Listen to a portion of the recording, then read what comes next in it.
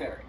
Kristi Noem was in Los Angeles giving a press conference about the riots when the senator barged in and ran at her, yelling and screaming.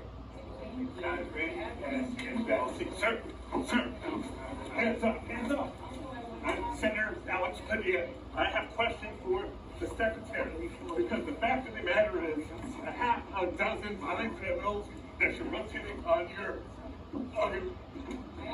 hands off.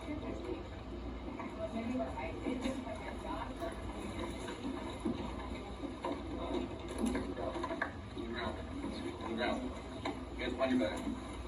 Hands behind your back.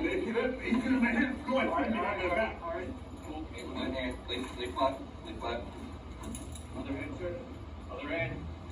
Democrats must have known about the stunt ahead of time.